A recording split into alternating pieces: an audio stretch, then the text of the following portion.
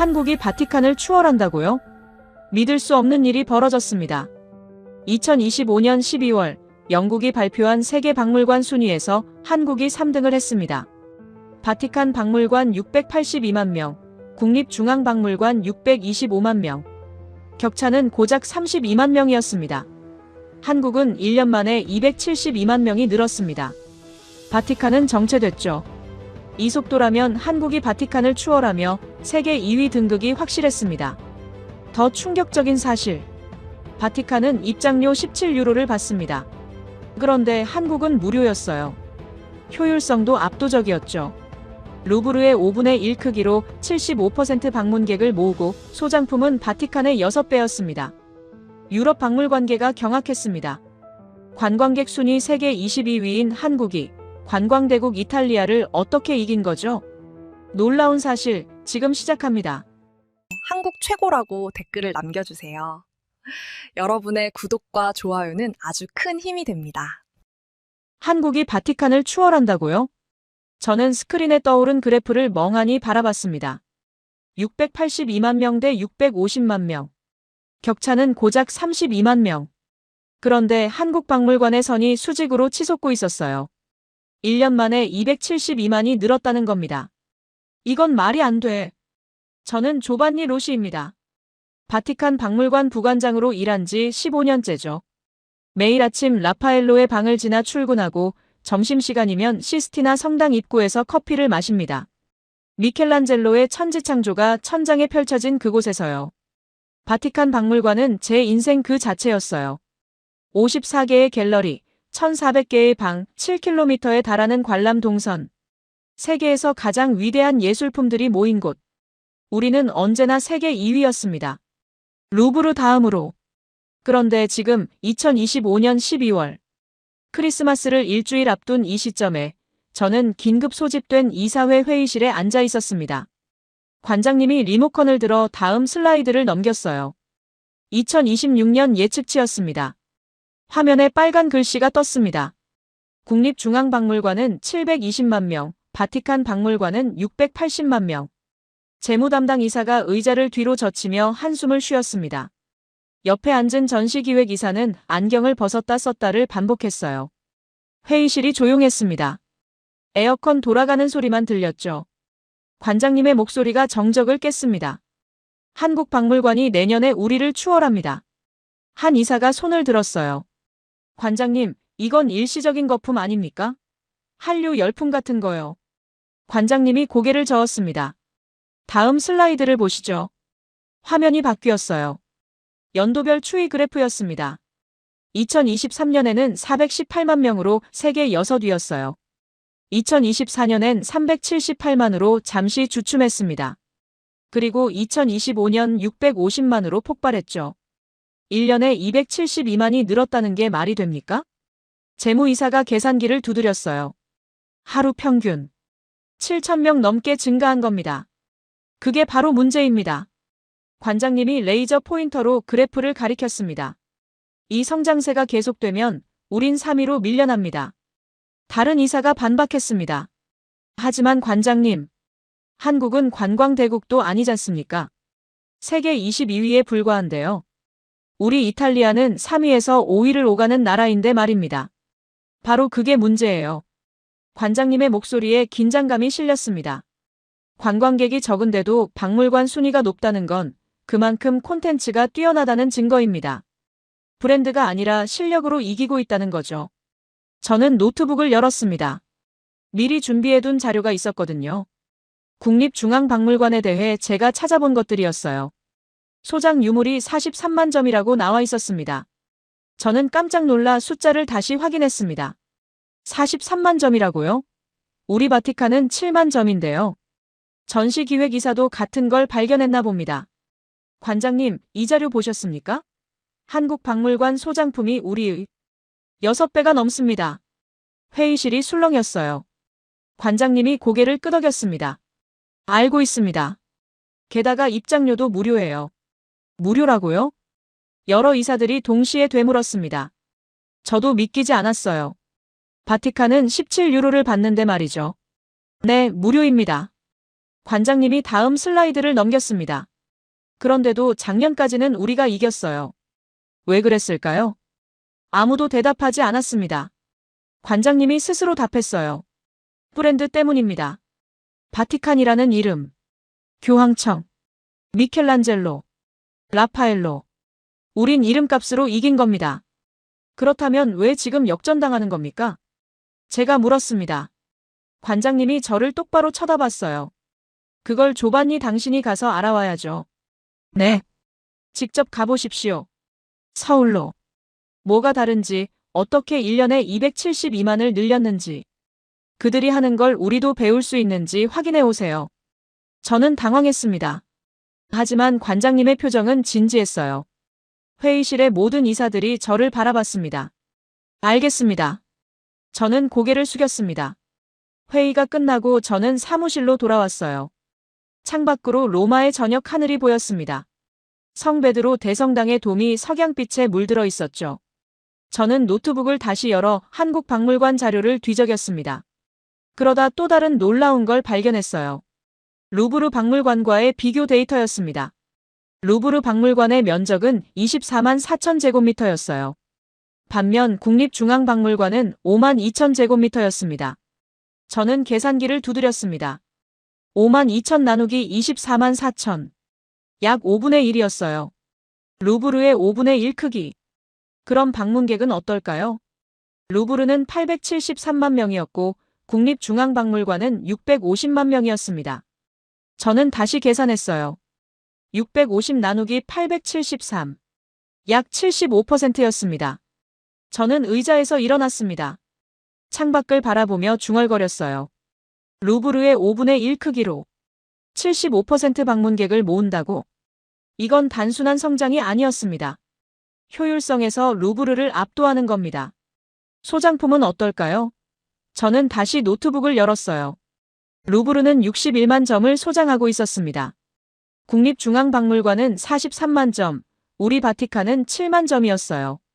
바티칸은 루브르의 11%, 국중박의 16%밖에 안 됐습니다. 우리가 가진 건 이름뿐이었어. 저는 항공권 검색 사이트를 열었습니다. 로마에서 서울까지 직항으로 11시간. 일주일 뒤 출발하는 비행기를 예약했어요. 그때는 몰랐습니다. 그 여행이 제 모든 생각을 바꿔놓을 거라는 걸요. 일주일이 정말 빨리 지나갔습니다. 저는 레오나르도 다 빈치 공항 출국장에 섰어요. 인천행 직항편. 탑승 게이트를 향해 걸어가는데 주변 분위기가 뭔가 달랐습니다. 예전에 한국 출장을 갔을 때는 비즈니스맨들이 대부분이었거든요. 정장 입은 중년 남성들, 관광 패키지 여행객들. 그런데 지금은 달랐어요. 게이트 앞 대기실을 둘러보니 젊은이들이 압도적으로 많았습니다. 20대, 30대로 보이는 사람들이 절반이 넘었어요. 큰 배낭을 맨 여대생 둘이 옆자리에 앉았습니다. 둘 다 핸드폰을 들여다보며 신나게 떠들고 있었어요. 캐대헌 OST 들었어? 완전 미쳤더라. 나 벌써 20번째 듣는 중이야. 저는 고개를 갸웃했습니다. 캐대헌? 그게 뭐지? 탑승이 시작됐어요. 저는 비즈니스석 창가 자리에 앉았습니다. 바티칸 박물관 출장이니까 예산은 넉넉했죠. 기내 수화물을 선반에 올리고 자리에 앉으려는데 승무원이 다가와 물을 건네주더군요. 감사합니다. 그런데 오늘 승객이 참 적네요. 승무원이 웃으며 고개를 끄덕였어요. 요즘 한국행이 다 그래요. 특히 로마발 항공편이 엄청 늘었거든요. 많이 늘었나요? 네, 들으니까 작년 대비 107%나 증가했대요. 거의 2배로 늘어난 거죠. 107%라고요? 저도 놀랐어요. 승무원이 작은 목소리로 덧붙였습니다. 한류 때문이래요. 애니메이션이 하나 떴다고 하더라고요. 비행기가 활주로로 나갔습니다. 창밖으로 로마의 불빛들이 점점 멀어지더니 이내 구름 위로 올라갔어요. 안전벨트 사인이 꺼지자 저는 노트북을 꺼냈습니다. 출발 전에 급하게 다운받아둔 자료들이 화면을 가득 채웠어요. 국립중앙박물관에 대한 온갖 데이터들이었죠. 먼저 루브르와의 비교부터 다시 정리해봤습니다. 루브르 박물관은 면적이 24만 4천 제곱미터예요. 엄청나게 큰 거죠. 세계에서 가장 큰 박물관답습니다. 반면 국립중앙박물관은 5만 2천 제곱미터였어요. 약 5분의 1이었어요. 그럼 방문객 수는? 루브르 박물관에는 1년에 873만 명이 방문합니다. 국립중앙박물관은 650만 명이었어요. 거의 75%였습니다. 루브르의 5분의 1 크기로 75% 방문객을 모은다는 얘기였어요. 저는 의자에 등을 기댔습니다. 이건 말도 안 되는 효율성이었어요. 단순 계산만 해봐도 한국 박물관의 밀도가 루브르보다 훨씬 높다는 뜻이었죠. 소장품도 확인해봤습니다. 루브르 박물관은 61만 점을 소장하고 있어요. 국립중앙박물관은 43만 점, 바티칸은 고작 7만 점이었습니다. 저는 한숨을 쉬었어요. 바티칸은 루브르의 10분의 1도 안 되는 소장품을 가지고 있었던 겁니다. 그런데도 방문객 수에서는 거의 비슷했죠. 왜였을까요? 답은 명확했습니다. 브랜드 파워. 교황청이라는 이름. 미켈란젤로와 라파엘로라는 거장들. 우린 내용물이 아니라 간판으로 승부해왔던 거예요. 그렇다면 한국은 뭘로 승부하는 걸까? 저는 검색창에 K-팝 데몬 헌터스를 쳤습니다. 아까 승무원이 언급한 그 애니메이션이요. 결과가 쏟아져 나왔어요. 넷플릭스 글로벌 1위. 빌보드 차트 1위. 전 세계 조회수 3억 회 돌파. 저는 대충 내용을 읽어봤습니다. K-팝 아이돌 그룹이 악령을 물리친다는 스토리였어요. 한국 전통문화 요소가 가득하다고 했습니다. 특히 자코도라는 게 인기라고 하더군요. 호랑이와 까치가 함께 그려진 전통 민화래요. 민화 하나가 이렇게 큰 파급력을 가질 수 있나? 의아했지만 숫자는 거짓말을 하지 않았습니다. 국립중앙박물관 굿즈 매출이 전년 대비 67%나 증가했어요. 자코도 배지는 품절 대란이 났고 온라인 방문자는 하루에 60만 명까지 치솟았다고 했습니다. 기내식 시간이 됐어요. 승무원이 파스타와 샐러드를 가져왔습니다. 저는 먹으면서도 계속 자료를 읽었죠. 그때 옆자리에서 누군가 말을 걸었습니다. 혹시 한국 처음이세요? 돌아보니 20대 초반으로 보이는 이탈리아 남학생이었어요. 큰 배낭 하나만 달랑 들고 탄 전형적인 배낭여행객 스타일이었습니다. 네, 처음입니다. 당신은? 저요? 두 번째예요. 작년에 갔다가 너무 좋아서 또 가요. 뭐가 그렇게 좋던가요? 음식도 좋고 사람들도 친절하고. 학생이 환하게 웃었습니다. 그런데 뭐니 해도 캐대헌이죠. 혹시 보셨어요? K-팝 데몬 헌터스요? 아니요, 아직. 완전 대박이에요. 그 학생이 신이 났는지 몸을 앞으로 기울였어요. 저 자코도 배지 사러 가는 거거든요. 8차 예약도 마감이래요. 8차 예약이요? 네, 국립중앙박물관 뮤즈샵에서 파는 건데요. 현장에서만 예약 가능하거든요. 온라인으론 못 사요. 학생이 핸드폰을 꺼내 사진을 보여줬습니다. 귀여운 호랑이와 까치가 그려진 배지였어요. 박물관 배지를 사러 한국까지 가신다고요? 당연하죠. 이거 진짜 레어템이에요. 게다가 국립중앙박물관 기념품은 진짜 예술이거든요. 루브르 기념품이랑은 차원이 다르죠. 저는 놀랐습니다. 젊은이가 박물관 굿즈를 이렇게 열정적으로 이야기하다니. 바티칸 기념품 샵에 오는 젊은이들은 대부분 의무적으로 들르는 분위기인데 말이죠. 국립중앙박물관 가보실 거예요? 학생이 물었습니다. 네, 그럴 계획입니다. 완전 대박일 거예요. 특히 사유의 방. 거기 가면 인생 바뀝니다. 진지하게요. 사유의 방이요? 금동이랑 은재 사유상 아시죠? 국보예요. 그걸 전용 공간에 모셔뒀는데 분위기가 장난 아니에요. 저 거기서 30분 동안 멍 때렸거든요. 저는 고개를 끄덕였습니다. 학생은 계속 신나서 이야기했어요. 이순신 특별전도 꼭 보라고, 난중일기 실물이 있다고, 캐대헌 팝업 스토어도 가보라고. 비행기가 점점 한국에 가까워졌습니다. 기내 조명이 어두워지고 사람들이 하나둘 잠들기 시작했어요. 저도 눈을 감았지만 잠이 오지 않았습니다. 머릿속으로 계속 생각이 맴돌았어요. 루브르는 규모로 이긴다. 24만 제곱미터라는 압도적인 공간으로. 바티칸은 이름으로 버틴다. 교황청과 거장들의 작품으로. 그럼 한국은? 5만 제곱미터로 루브르의 75%를 모으고 무료인데도. 바티칸과 거의 동등한 방문객을 끌어들이는 한국은 대체 뭘로 승부하는 거지? 창밖으로 동이 트기 시작했습니다. 기장의 안내방송이 나왔어요. 곧 인천국제공항에 착륙한다고. 저는 노트북을 닫으면서 중얼거렸습니다. 콘텐츠. 그게 답이겠지. 아침 햇살이 서울 거리를 비추고 있었어요. 창밖으로 보이는 풍경이 신기했습니다. 고층 빌딩과 전통 기와 지붕이 한 화면에 들어오더군요. 현대와 전통이 이렇게 자연스럽게 섞여 있다니. 택시가 국립중앙박물관 앞에 멈췄습니다. 시계를 보니 오전 10시였어요. 평일 오전이니까 한산할 거라 생각했죠. 완전히 틀렸습니다. 정문 앞에 사람들이 줄을 서 있었어요. 저는 택시에서 내려 그 광경을 바라봤어요. 놀라운 건 연령대였습니다. 20대, 30대로 보이는 젊은이들이 압도적으로 많았어요. 바티칸에 오는 관람객들은 대부분 중장년층이거든요. 젊은이들도 오긴 하지만 이렇게 많진 않았죠. 게다가 외국인 비율도 높았습니다. 영어, 중국어, 일본어가 여기저기서 들렸어요. 한 무리의 유럽 관광객들이 셀카봉을 들고 박물관 건물을 배경으로 사진을 찍고 있었습니다. 저는 입구로 걸어갔습니다. 그때 큰 현수막이 눈에 들어왔어요. 600만 번째 관람객 기념 행사. 600만이요? 1년에요? 옆에 서 있던 직원에게 물었습니다.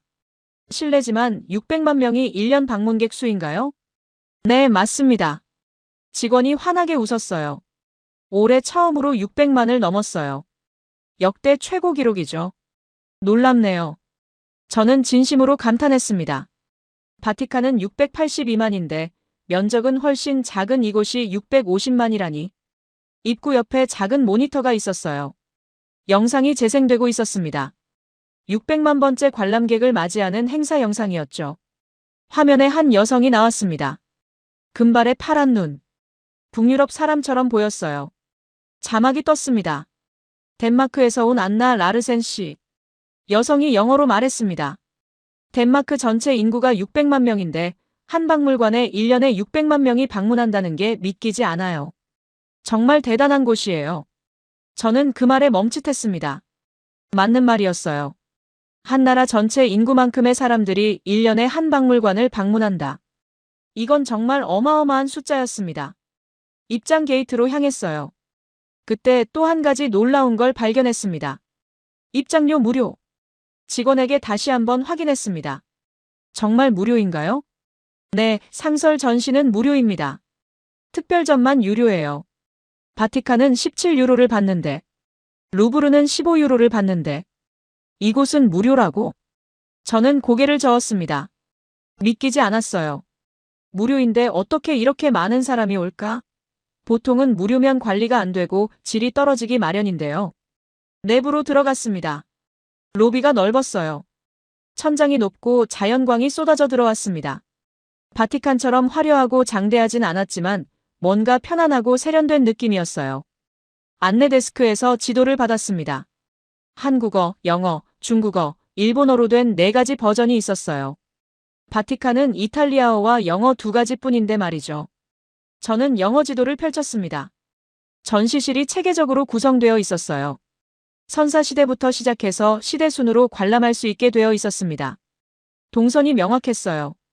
루브르는 너무 넓어서 다 보려면 하루가 모자랍니다. 길을 잃기도 쉽죠. 하지만 이곳은 5만 2천 제곱미터. 루브르의 5분의 1 크기. 적당히 걸어다니기 좋은 규모였습니다. 1층 전시실로 들어갔어요. 선사고대관이었습니다. 첫인상은 밀도였어요. 전시 공간이 넓지 않은데도 답답하지 않았습니다. 대신 유물 하나하나가 굉장히 신중하게 배치되어 있었어요. 조명도 완벽했습니다. 각 유물의 가장 아름다운 부분을 정확히 비추고 있었죠. 유리관 앞에 섰습니다. 신라금관이 전시되어 있었어요.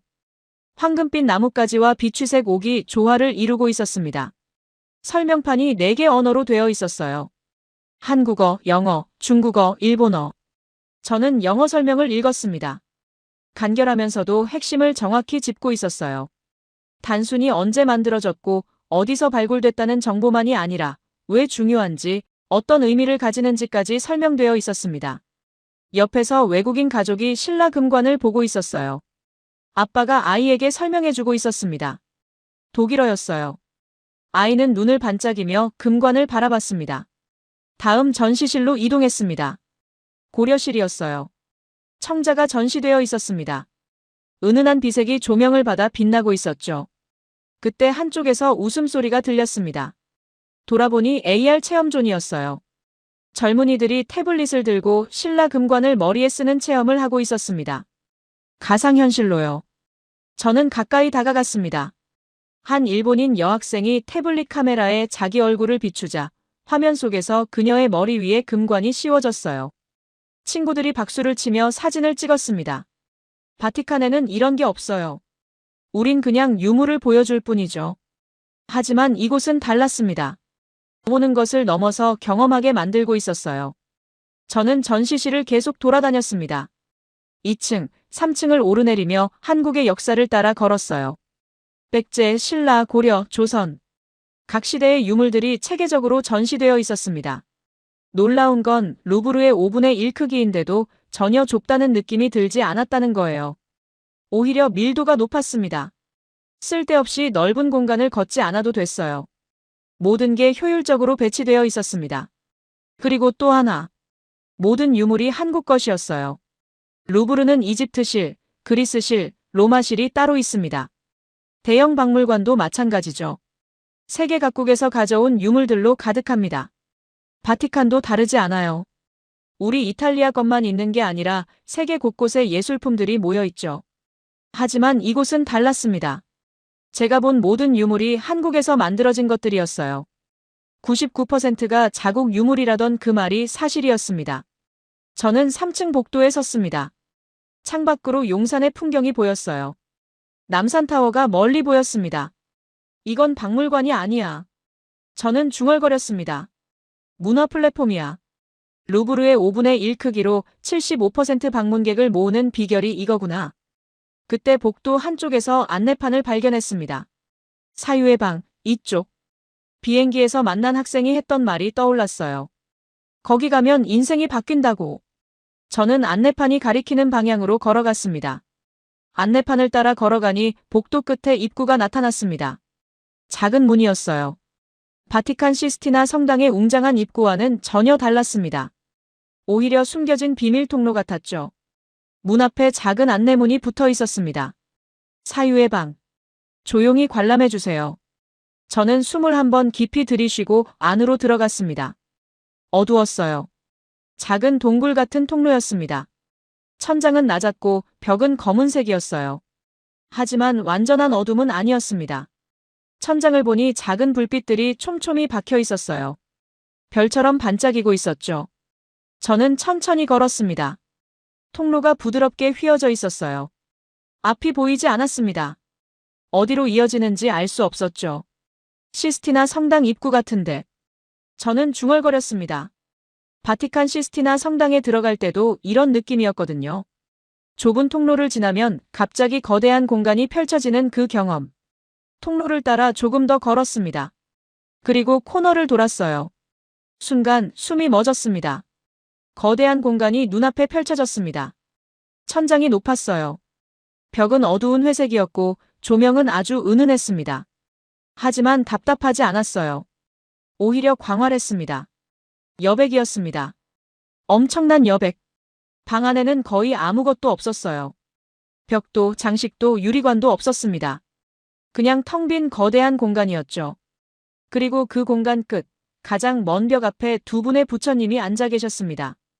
금동 미륵반 가사유상과 은재 미륵반 가사유상. 높은 받침 위에 앉아 계셨어요. 제 시선보다 조금 더 높은 곳이었습니다. 한 분은 황금빛이었고 한 분은 은빛이었어요. 두 분 모두 한 손을 뺨에 대고 생각에 잠긴 자세였습니다. 조명이 위에서 부드럽게 내려왔어요.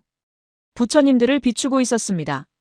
나머지 공간은 어두웠지만 그분들만 빛나고 있었죠. 저는 그 자리에 멈춰 섰습니다. 완전한 침묵이었어요. 에어컨 소리도 들리지 않았습니다. 사람들의 발소리도 없었어요. 그냥 고요함만 있었습니다. 방 안에 몇 명이 있었어요. 바닥에 앉아있는 사람도 있었고 벤치에 앉아있는 사람도 있었습니다. 모두 부처님을 바라보고 있었어요. 아무도 말하지 않았습니다.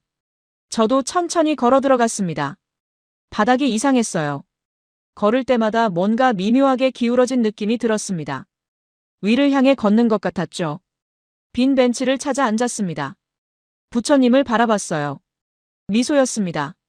두 분 모두 미소를 짓고 계셨어요. 입꼬리가 살짝 올라가 있었습니다. 눈은 반쯤 감겨 있었고요. 평온한 미소였어요. 아무 걱정도 없는 완전히 고요한 미소. 저는 그 미소를 보고 있었습니다. 시간이 멈춘 것 같았어요. 몇 분이 지났는지, 몇십 분이 지났는지 알 수 없었습니다. 그냥 앉아서 바라만 봤어요. 이건 미켈란젤로의 피에타 앞에 섰을 때와 같은 느낌이야. 저는 생각했습니다. 바티칸 성 베드로 대성당에 있는 피에타. 죽은 예수를 안고 있는 성모 마리아의 조각상. 그 앞에 섰을 때도 이런 느낌이었어요. 뭔가 신성한 것 앞에 선 듯한 전율. 옆을 보니 프랑스 여성이 앉아 있었습니다. 중년의 여성이었어요. 그녀의 뺨에 눈물이 흐르고 있었습니다. 저는 다시 부처님을 바라봤습니다. 그리고 알았어요. 저도 눈가가 뜨거워지고 있다는 걸. 왜 우는 거지? 스스로에게 물었지만 답을 알 수 없었습니다. 그냥 뭔가 압도당한 기분이었어요. 슬픔도 아니고 기쁨도 아닌 그냥 순수한 감동. 한참을 앉아 있다가 일어났습니다. 천천히 방을 나왔어요. 출구 쪽 복도에 안내 책자가 놓여 있었습니다. 저는 한 부를 집어들었어요. 사유의 방 건축 이야기. 펼쳐서 읽었습니다. 건축가 최욱이 설계했다고 했어요. 특별한 비밀이 숨어 있다고 했습니다. 바닥이 1도 기울어져 있다고 했어요. 그래서 관람객이 자연스럽게 부처님을 올려다보게 된다는 겁니다. 제가 느낀 그 미묘한 경사가 의도된 거였어요. 천장은 반대로 기울어져 있다고 했습니다. 착시 효과를 주기 위해서래요. 공간이 더 넓어 보이게 만드는 거죠. 벽면에는 황토와 계피를 섞어 발랐다고 했어요. 특유의 향기가 난다고. 저는 코를 킁킁거렸습니다. 정말 어떤 냄새가 났어요. 따뜻하고 차분한 냄새였습니다. 책자를 더 읽었습니다. 독일 철학자 카를 야스퍼스의 말이 인용되어 있었어요. 실존하는 가장 완벽한 상태의 미소. 야스퍼스가 반가사유상을 보고 한 말이라고 했습니다. 저는 고개를 끄덕였습니다. 맞는 말이에요. 방금 본 그 미소는 정말 완벽했습니다. 복도를 따라 걸어 나왔습니다. 밝은 전시 공간으로 나오니 눈이 부셨어요. 다시 현실로 돌아온 기분이었습니다. 한쪽 벽에 안내판이 붙어 있었어요. 통계 자료였습니다. 저는 가까이 다가가 읽었습니다. 국립중앙박물관 관람객의 28%가 반가사유상을 보러 온다고 했어요. 거의 3분의 1이나 되는 숫자였습니다. 박물관 앱 조회수 1위도 반가사유상이라고 했습니다. 그리고 마지막 줄. 사유의 방 영문 홈페이지 방문수가 국문 홈페이지의 20배라고 했어요. 20배라고요? 저는 놀라서 다시 읽었습니다. 틀림없었어요. 외국인이 한국인보다 20배나 더 많이 검색한다는 얘기였습니다. 외국인이 먼저 알아본 거구나. 저는 중얼거렸습니다. 바티칸도 외국인 관람객이 많긴 하지만 이탈리아인도 많이 옵니다. 하지만 여기는 외국인이 압도적으로 관심을 보이는 거예요. 벤치에 앉아 생각에 잠겼습니다. 바티칸에는 수많은 걸작이 있습니다. 미켈란젤로의 천지창조, 라파엘로의 아테네 학당, 레오나르도 다 빈치의 작품들. 세계에서 가장 위대한 예술품들이 모여 있죠. 하지만 한 작품으로 이런 경험을 주진 못해요. 우린 많은 걸 보여줍니다. 54개의 갤러리, 1400개의 방. 걷고 걷고 또 걷다 보면 결국 지치게 되죠. 감동도 분산됩니다. 그런데 이곳은 달랐습니다. 단 두 분의 부처님. 그리고 거대한 여백. 그게 전부였어요. 하지만 그 단순함이 오히려 압도적인 힘을 가졌습니다. 저는 일어났습니다. 다음 전시실로 향했어요. 하지만 머릿속에는 계속 그 미소가 남아 있었습니다. 평온하고 완벽한 미소가. 전시실을 나오니 복도 한쪽에 안내판이 보였습니다. 뮤즈샵, 비행기에서 만난 학생이 자코도 배지를 사러 간다던 그곳이었어요.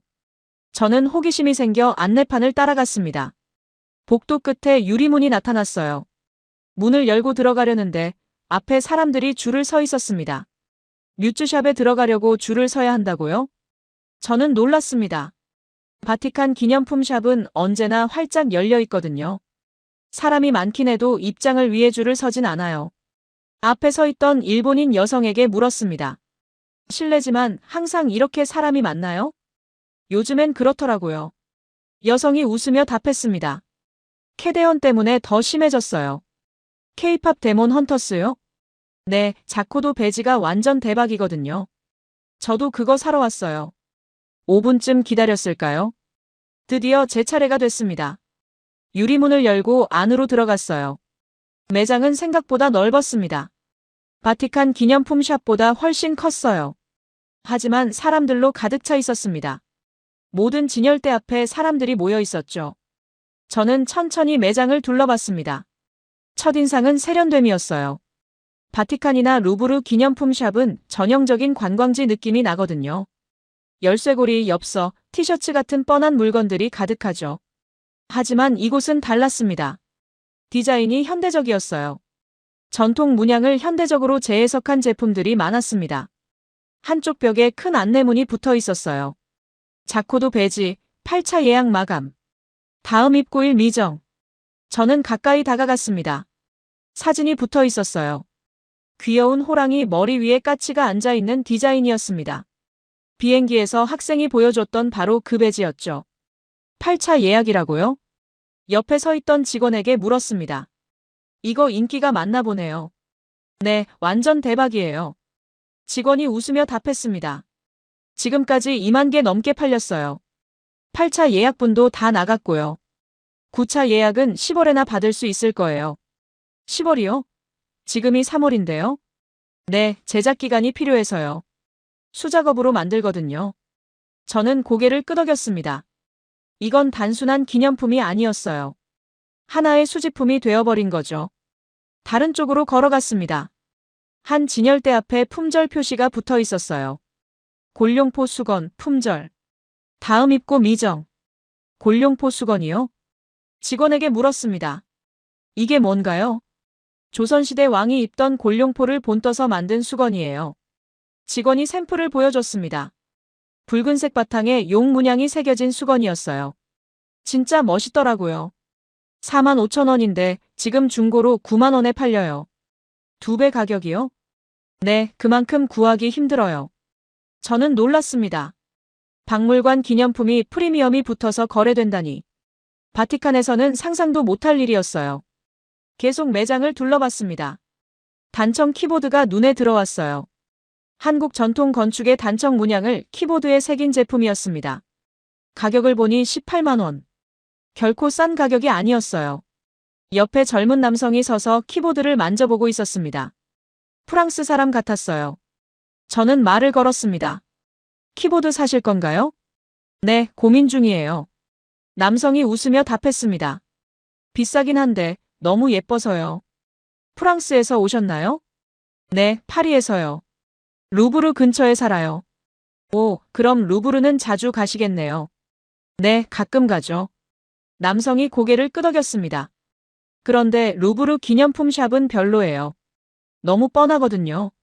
모나리자 엽서, 모나리자 머그컵, 모나리자 티셔츠. 다 거기서 거기죠. 여기는 다른가요? 완전히 달라요. 남성이 주변을 둘러보며 말했습니다. 여기는 살고 싶은 게 너무 많아서 문제예요. 전부 디자인이 독특하고 실용적이거든요. 저는 고개를 끄덕였습니다. 맞는 말이었어요. 이곳의 제품들은 그냥 관광 기념품이 아니었습니다. 진짜 쓸 수 있는 물건들이었어요.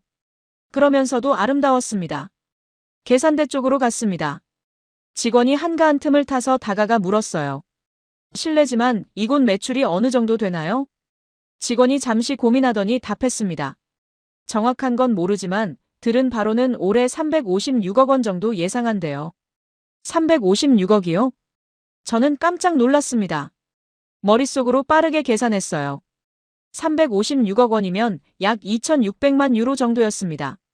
바티칸 기념품샵 연간 매출이 약 1,500만 유로예요. 이곳은 거의 2배였습니다. 루브르의 5분의 1 크기로 75% 방문객을 모으고 굿즈 매출은 바티칸의 2배라고 직원이 덧붙였습니다. 요즘엔 더 대박이에요.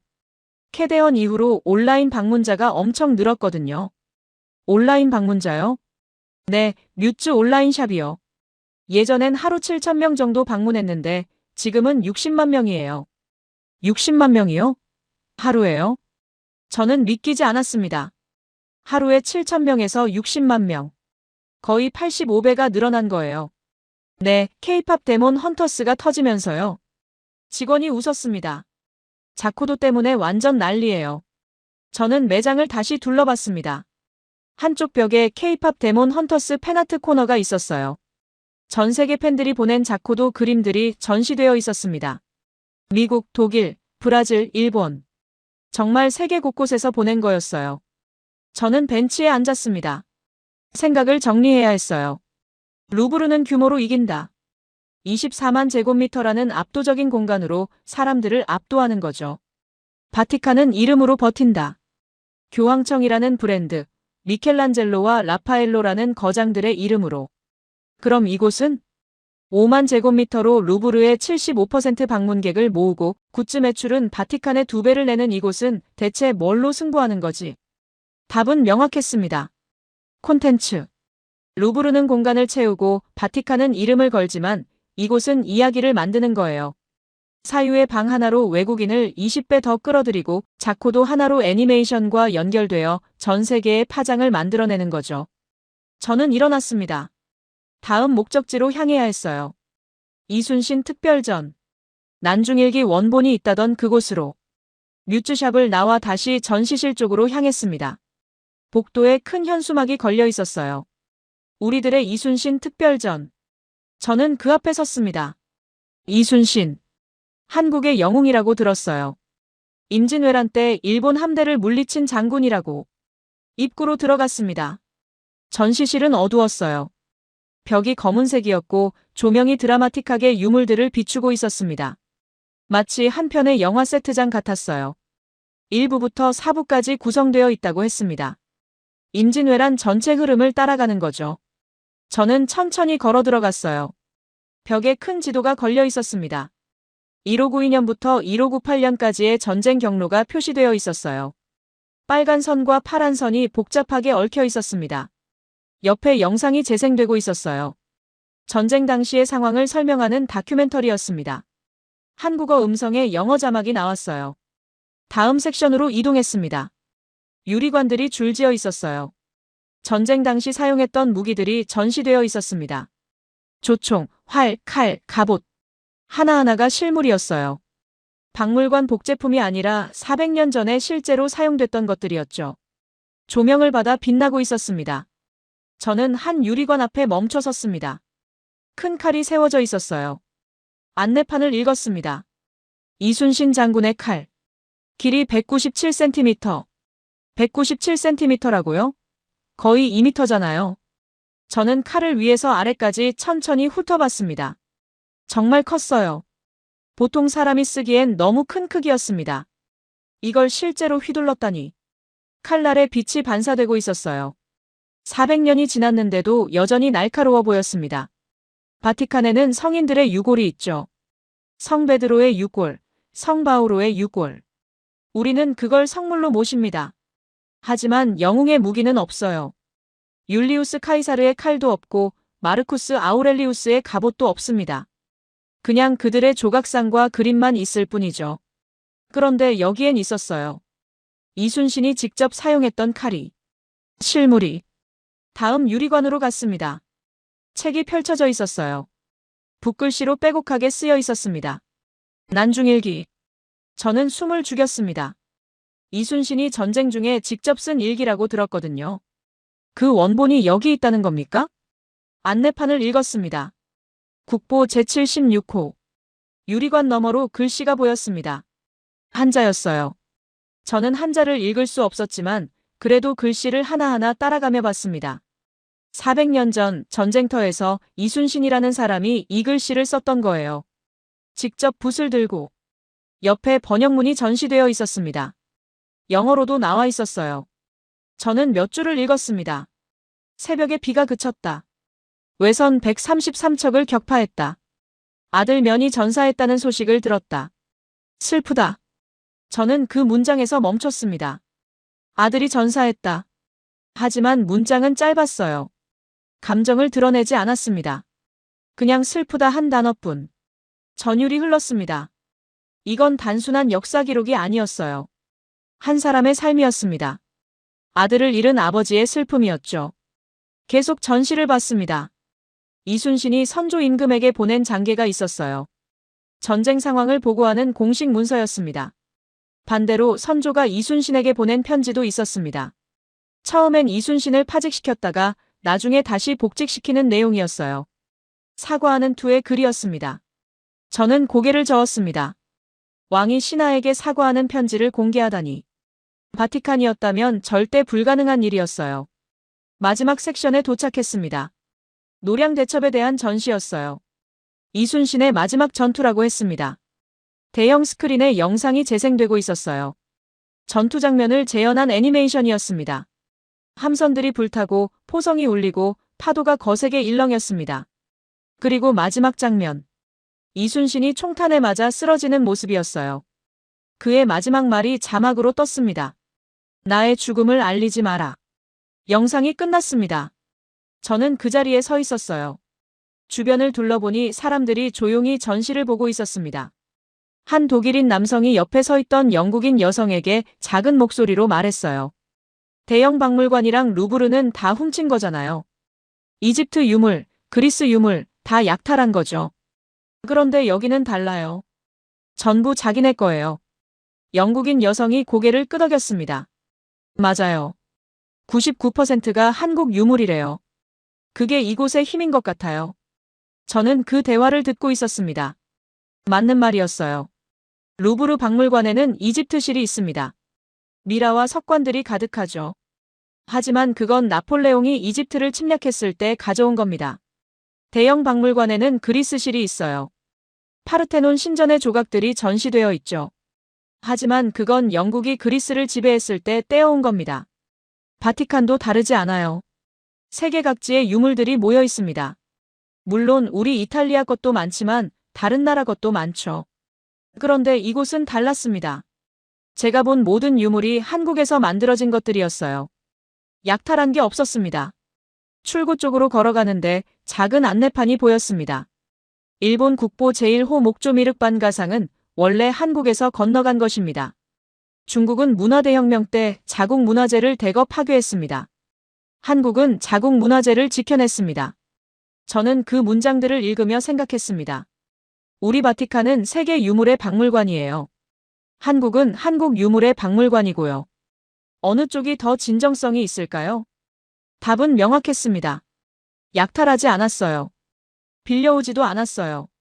그냥 자기 것을 자기 땅에서 보여주는 거예요. 그게 사람들의 마음을 움직이는 겁니다. 저는 전시실을 나왔습니다. 복도에 섰어요. 내일은 유홍준 관장을 만나기로 했습니다. 직접 물어보고 싶었어요. 어떻게 이런 박물관을 만들었는지. 다음 날 아침, 저는 다시 국립중앙박물관을 찾았습니다. 이번엔 관람객이 아니었어요. 유홍준 관장님과의 약속이 있었거든요. 바티칸 박물관 관장님이 미리 연락을 해두셨습니다. 직원의 안내를 받아 관장실로 향했습니다. 복도를 걷는데 창밖으로 박물관 정원이 보였어요. 아침 햇살을 받아 반짝이고 있었습니다. 관장실 문 앞에 섰습니다. 노크를 했어요. 들어오세요. 안에서 목소리가 들렸습니다. 문을 열고 들어갔어요. 관장님이 책상에서 일어나 악수를 청했습니다. 온화한 인상이었습니다. 조반니 로시입니다. 바티칸 박물관에서 왔습니다. 환영합니다. 관장님이 웃으며 말했습니다. 유홍준입니다. 앉으시죠. 멀리서 오셨는데 어떠셨나요? 관장님이 물었습니다. 저는 잠시 생각했습니다. 뭐부터 말해야 할까요? 충격적이었습니다. 솔직하게 답했어요. 루브르의 5분의 1 크기로 75% 방문객을 모으다니. 어떻게 가능한 건가요? 관장님이 차를 따르며 말했습니다. 콘텐츠의 질이 전부입니다. 콘텐츠의 질이요? 네. 관장님이 고개를 끄덕였어요. 우리는 숫자로 승부하지 않습니다. 엄청난 공간을 자랑하지도 않아요. 대신 우리가 가진 것을 어떻게 보여줄지에 집중합니다. 저는 노트를 꺼냈습니다. 질문 목록을 적어왔거든요. 소장품이 43만 점인데 왜 그걸 홍보하지 않으시나요? 바티칸은 7만 점밖에 없는데 말입니다. 관장님이 웃었어요. 숫자보다 어떻게 보여주느냐가 중요합니다. 루브르는 61만 점을 24만 제곱미터에 펼쳐놨죠. 우린 43만 점을 5만 제곱미터에서 밀도 있게 보여줍니다. 밀도요? 네. 관장님이 몸을 앞으로 기울였습니다. 사유의 방을 보셨죠? 거기 유물이 몇 점이나 있습니까? 2점입니다. 맞습니다. 금동 미륵반 가사유상 하나, 은재 미륵반 가사유상 하나. 단 2점이에요. 하지만 그 2점을 위해 거대한 공간을 만들었습니다. 여백을 만든 거죠. 저는 고개를 끄덕였습니다. 맞는 말이었어요. 루브르는 많은 걸 보여주려 합니다. 관장님이 계속 말했습니다. 바티칸도 마찬가지죠. 하지만 우린 적게 보여주되 깊이 보여주려 합니다. K-팝 데몬 헌터스 효과는 어떻습니까? 관장님이 웃었어요. 솔직히 그렇게까지 폭발할 줄 몰랐어요. 자코도 배지가 8차 예약까지 마감됐다던데요. 네, 2만 개 넘게 팔렸습니다. 관장님이 한숨을 쉬었어요. 온라인 방문자가 하루 7,000명에서 60만 명으로 늘었어요. 80배가 넘는 증가군요. 그렇습니다. 전통이 현대와 만나니까 폭발한 거죠. 자코도라는 조선시대 민화가 넷플릭스 애니메이션이 되고 그게 다시 박물관으로 사람들을 끌어들였어요. 외국인 관람객도 많이 늘었나요? 저는 물었습니다. 네. 관장님이 자료를 꺼냈습니다. 올해 외국인 관람객이 처음으로 20만 명을 넘었어요. 23만 1,192명입니다. 전년 대비 17% 증가했죠. 사유의 방 영문 홈페이지 방문이 국문의 20배라던데요. 맞습니다. 관장님이 웃었습니다. 외국인이 먼저 알아봤어요. 우리보다 그분들이 반가사유상의 가치를 먼저 발견한 겁니다. 저는 잠시 말을 멈췄습니다. 본론을 꺼낼 때였어요. 관장님, 솔직히 여쭙겠습니다. 2026년에 바티칸을 추월하실 겁니까? 관장님이 차를 한 모금 마셨습니다. 그리고 천천히 답했어요. 솔직히 700만이 걱정입니다. 저는 놀라서 관장님을 쳐다봤습니다. 뭐라고요? 700만 명이요. 관장님이 창밖을 바라봤습니다. 지금 추세라면 올해 700만을 넘을 겁니다. 그런데 관리가 안 돼요. 관리요? 네. 관장님이 고개를 끄덕였습니다. 우리 박물관은 5만 2천 제곱미터입니다. 루브르의 5분의 1이죠. 여기에 700만이 들어오면 어떻게 될까요? 사유의 방 같은 공간은 제대로 작동하지 않을 겁니다. 저는 이해했습니다. 사유의 방은 조용해야 했어요. 사람이 너무 많으면 그 고요함이 깨지는 거죠. 그래서 유료화를 고려하고 계신 겁니까? 관장님이 저를 쳐다봤습니다. 어떻게 하셨습니까? 소문으로 들었습니다. 관장님이 한숨을 쉬었어요. 네, 유료화를 검토 중입니다. 저는 몸을 앞으로 기울였습니다. 루브르도 비슷한 경험을 했습니다. 방문객이 1,000만 명을 넘어서자 입장료를 올려서 900만 아래로 낮췄어요. 유료화하면 오히려 품격이 올라갑니다. 관장님이 웃었습니다. 바티칸도 17유로, 루브르도 15유로를 받죠. 우린 지금까지 무료였습니다. 무료로 700만을 모으신 겁니다. 저는 말했습니다. 믿기지 않는 일이에요. 관장님이 차를 다시 따르며 말했습니다. 조반니 씨 아십니까? 대한민국 국민의 박물관 문화 향유가 프로야구 관중 수준을 넘어섰어요. 프로야구요? 네. 관장님이 웃었습니다. 우리나라 사람들은 야구를 정말 좋아합니다. 프로야구 경기장엔 1년에 수백만이 가죠. 그런데 이제 박물관도 그 수준이 됐어요. 저는 감탄했습니다. 박물관이 스포츠만큼 대중적이 됐다는 얘기였어요. 맞습니다. 관장님이 고개를 끄덕였습니다. 우리는 한국 문화재만 보여줍니다. 약탈한 게 없어요. 99%가 우리 것입니다. 그게 우리의 힘이에요. 저는 창밖을 바라봤습니다. 남산타워가 햇살을 받아 빛나고 있었어요. 관장님, 마지막으로 한 가지만 물어도 될까요? 물론입니다. 루브르는 규모로 이기고 바티칸은 이름으로 버팁니다. 그럼 국립중앙박물관은 뭘로 승부하시나요? 관장님이 잠시 생각하더니 답했습니다. 이야기입니다. 이야기요? 네. 관장님이 웃었습니다. 우리는 유물을 보여주는 게 아니라 이야기를 들려줍니다. 이순신의 이야기, 반가사유상의 이야기, 자코도의 이야기. 사람들은 물건이 아니라 이야기에 감동하거든요. 저는 고개를 끄덕였습니다. 완벽한 답이었어요. 시계를 보니 1시간이 훌쩍 지나 있었습니다. 일어날 시간이었어요. 귀한 시간 내주셔서 감사합니다. 저는 악수를 청했습니다. 관장님이 손을 맞잡으며 말했습니다.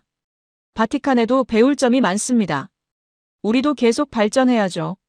문을 나서려는데 관장님이 한마디 덧붙였습니다.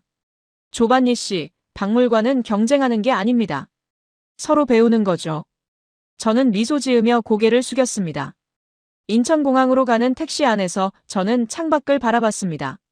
서울의 거리가 지나갔어요. 고층 빌딩, 한옥, 현대식 카페, 전통 찻집. 모든 게 뒤섞여 있었습니다. 과거와 현재가 자연스럽게 공존하는 도시였죠. 공항에 도착했습니다. 체크인을 마치고 게이트로 향했어요. 로마행 직항편. 다시 11시간의 여정이었습니다. 비행기에 탑승했어요. 비즈니스석 창가에 앉아 노트북을 꺼냈습니다. 서울에서 보고 느낀 것들을 정리해야 했거든요. 비행기가 이륙했습니다. 서울이 점점 작아지더니 구름 위로 올라갔어요. 저는 새 문서를 열었습니다. 제목을 쳤습니다. 새 박물관 비교. 먼저 루브르부터 정리했어요. 루브르 박물관은 면적이 24만 4천 제곱미터입니다. 소장품은 61만 점이에요. 방문객은 1년에 873만 명이죠. 입장료는 15유로를 받습니다. 루브르의 승부수는 규모입니다. 압도적인 공간으로 사람들을 압도하는 거죠. 끝없는 복도, 수없이 많은 전시실. 하루 종일 걸어도 다 볼 수 없는 그 광활함이 루브르의 힘입니다. 다음은 바티칸이었어요. 바티칸 박물관은 소장품이 7만 점입니다. 방문객은 682만 명이에요. 입장료는 17유로를 받습니다. 바티칸의 승부수는 이름입니다. 교황청이라는 브랜드, 미켈란젤로와 라파엘로라는 거장들, 시스티나 성당의 천지창조. 우리는 이름값으로 버텨왔습니다. 그리고 마지막으로 국립중앙박물관. 국립중앙박물관은 면적이 5만 2천 제곱미터입니다. 루브르의 5분의 1이에요. 소장품은 43만 점. 바티칸의 6배죠. 방문객은 650만 명에서 720만 명으로 성장할 예정입니다. 입장료는 무료입니다. 저는 계산기를 두드렸습니다. 국립중앙박물관은 루브르의 5분의 1 크기로 75%의 방문객을 모읍니다. 이건 효율성에서 압도적 승리예요. 바티칸의 6배 소장품을 가지고도 무료로 운영하면서 거의 동등한 방문객을 끌어들입니다. 이건 콘텐츠의 승리죠. 저는 새 단락을 시작했습니다. 새 박물관의 본질. 루브르는 공간으로 이깁니다. 바티칸은 이름으로 버팁니다. 국립중앙박물관은 이야기로 승부합니다. 루브르는 세계 유물을 모았어요. 이집트, 그리스, 로마, 페르시아. 전 세계의 보물을 한 곳에 모아놨죠. 바티칸도 마찬가지입니다. 우리는 가톨릭 세계의 유물을 모았어요. 이탈리아뿐 아니라 유럽 전역, 심지어 아시아와 아프리카의 예술품까지. 하지만 국립중앙박물관은 달랐습니다. 99%가 한국 유물이에요. 약탈하지 않았습니다. 빌려오지도 않았죠. 그냥 자기 것을 자기 땅에서 보여주는 겁니다. 저는 타이핑을 멈추고 생각했습니다. 진정성. 그게 답이었어요. 사람들은 많은 걸 보고 싶어 하지 않습니다. 의미 있는 걸 보고 싶어 하죠. 사유의 방엔 단 2점의 유물밖에 없어요. 하지만 그 2점이 주는 경험은 바티칸의 1400개 방보다 강렬했습니다. 기내식 시간이 됐어요. 승무원이 음식을 가져왔습니다. 저는 먹으면서도 계속 생각했어요. 유료화. 유홍준 관장님이 했던 말이 계속 맴돌았습니다. 700만이 걱정이다. 무료로 700만을 모으고 이제 유료화를 검토한다. 루브르가 방문객 1000만을 넘어서자 입장료를 올려 900만 아래로 낮춘 것처럼 국립중앙박물관도 숫자보다 질을 택하려는 거였어요. 무료로 바티칸을 이기고 유료화로 프리미엄 전략을 가져간다. 이건 완벽한 수순이었습니다. 비행기가 점점 유럽에 가까워졌어요. 창밖으로 알프스 산맥이 보이기 시작했습니다. 저는 노트북을 닫았습니다. 마지막 문장을 쓰고요. 결론. 바티칸 박물관은 2026년 3위로 밀릴 것입니다. 하지만 이건 숫자 경쟁이 아니었습니다. 효율성과 진정성의 경쟁이었고 우리가 졌습니다. 비행기가 로마 공항에 착륙했습니다. 택시를 타고 바티칸으로 향했어요. 익숙한 로마의 거리가 펼쳐졌습니다. 콜로세움, 트레비 분수, 판테온. 아름다운 도시였죠. 하지만 뭔가 달라 보였습니다. 서울을 다녀온 후라 그런가요? 로마는 과거에 머물러 있는 것 같았어요. 서울처럼 과거와 현재가 공존하지 않았습니다. 그냥 과거만 있었죠.